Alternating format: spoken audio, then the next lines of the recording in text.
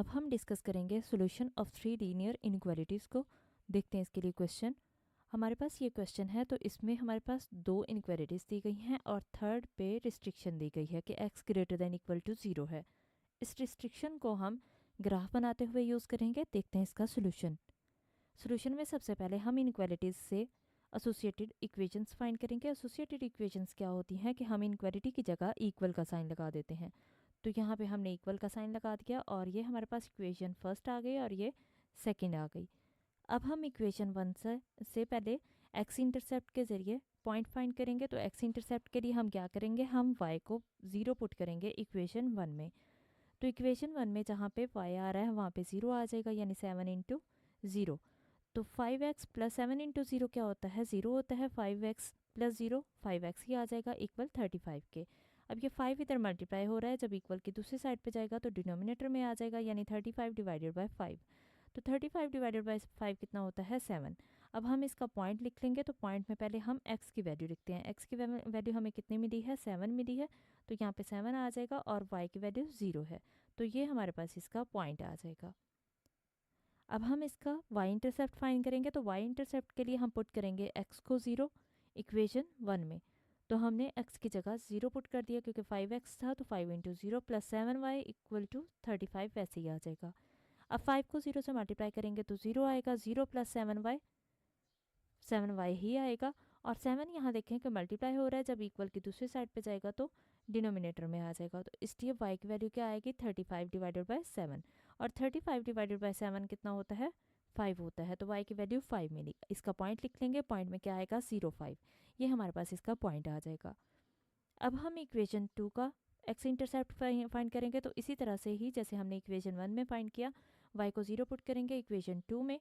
तो y की जगह यहाँ पे 0 आ गया, 3 इंटू 0 0 होगा, minus X plus 0 minus X ही आएगा, माइनस एक्स इक्वल 3 आ गया।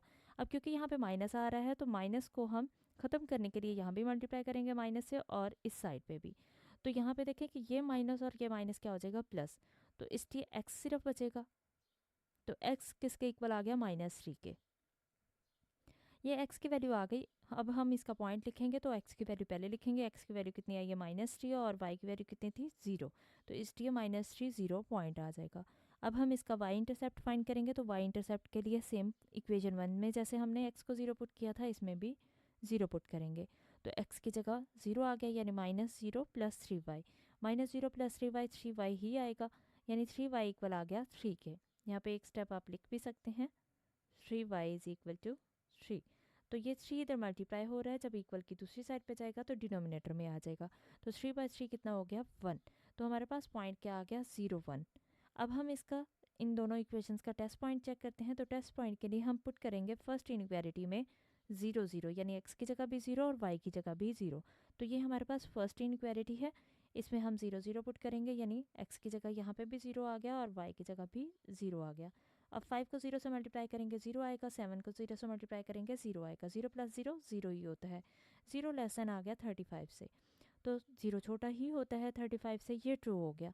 ये ट्रू है तो इसका मतलब क्या हुआ कि इस इनइक्वालिटी का graph towards the origin side होगा, यानी जो शेडेड एरिया आएगा वो ओरिजिन साइड पे होगा। अब हम पुट करेंगे इनइक्वालिटी 2 के लिए भी 0 0। तो x की जगह भी हमने 0 पुट किया और y की जगह भी 0। तो -0 प्लस 3 इंटू 0 0 होता है, 0 -0 प्लस 0 0 ही होता है। 0 लेस देन 3 आ गया, ये भी ट्रू है।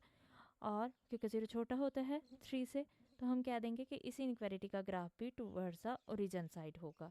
अब हम इसका ग्राफ देख लेते हैं। तो ग्राफ में हमने सारे जो पॉइंट्स फाइंड किया वो हमने पॉइंट्स लगा दिया। अब इन पॉइंट्स को हम ज्वाइन करेंगे। इक्वेशन वन से हमारे पास x इंटरसेप्ट और y इंटरसेप्ट के ये दो पॉइंट्स आए थे, इनको ज्वाइन किया तो ये हमारे पास लाइन बन गई।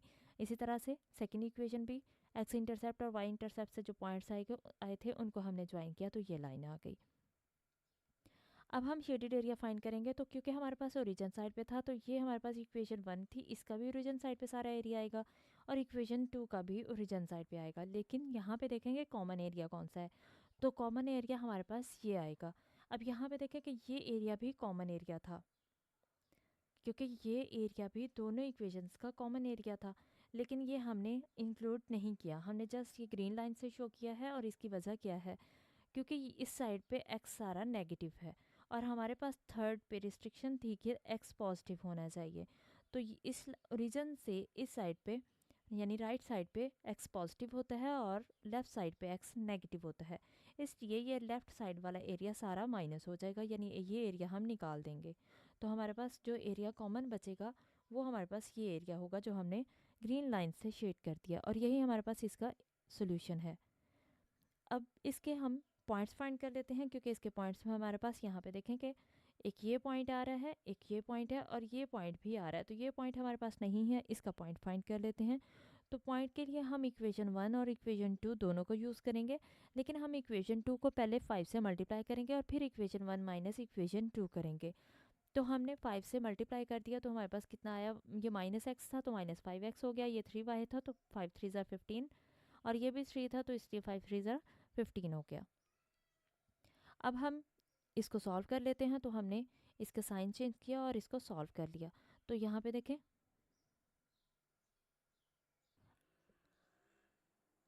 चेक करेंगे।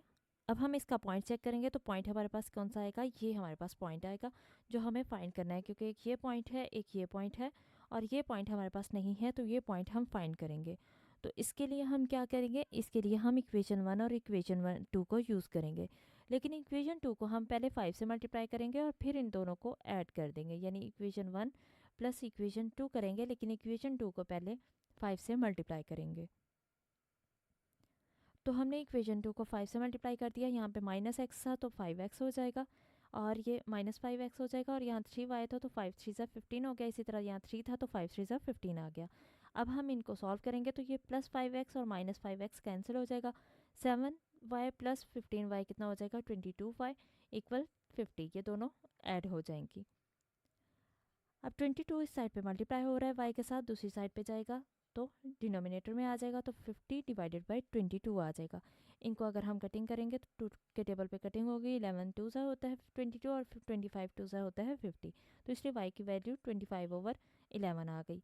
अब y की वैल्यू हम इक्वेशन 2 में पुट कर देंगे, आप इक्वेशन 1 में भी पुट कर सकते हैं, जिसमें भी करेंगे आंसर सेम आएगा। हमने y की जगह इसकी वैल्यू पुट कर दी, क्योंकि माइनस एक्स प्लस 3y था तो y की जगह इसकी वैल्यू आ जाएगी। अब हम इसको सॉल्व करेंगे तो हम 3 को मल्टीप्लाई कर देंगे 25 से, और ये देखें यहाँ पे ये +3 है, ये दूसरी साइड पे जाएगा तो माइनस हो जाएगा, तो इसलिए ये -3 आ गया, और ये माइनस एक्स था, ये इक्वल की दूसरी साइड पे आएगा तो प्लस हो जाएगा। तो यहाँ पे इन दोनों का हम एलसीएम लेंगे, 11 एलसीएम आएगा। अब यहाँ पे देखें कि हम इसको कैसे सॉल्व करेंगे, इसके डिनोमिनेटर में 11 है तो 11 इसका एलसीएम आ जाएगा, क्योंकि एलसीएम और ये डिनोमिनेटर सेम है तो ऊपर वाला भी सेम आएगा, यानी 75, और इस 3 के डिनोमिनेटर में कुछ नहीं है तो ये 11 3 से मल्टीप्लाई हो जाएगा, यानी -33, 11 3 ज़ा 33, तो x किसके इक्वल आया, 75 माइनस 33/11, 75 माइनस 33 करें तो 42/11 आ जाता है, यानी x की वैल्यू 42/11 आ गई। तो अब हम इसका पॉइंट लिख देंगे, जो पॉइंट हम फाइंड कर रहे थे कि x कितना आया 42/11, जब y की वैल्यू 25/11 है, तो यही हमारे पास पॉइंट्स आ जाएंगे, ये भी पॉइंट है इसका और ये भी इसका, इसके कॉर्नर पॉइंट्स हैं ये।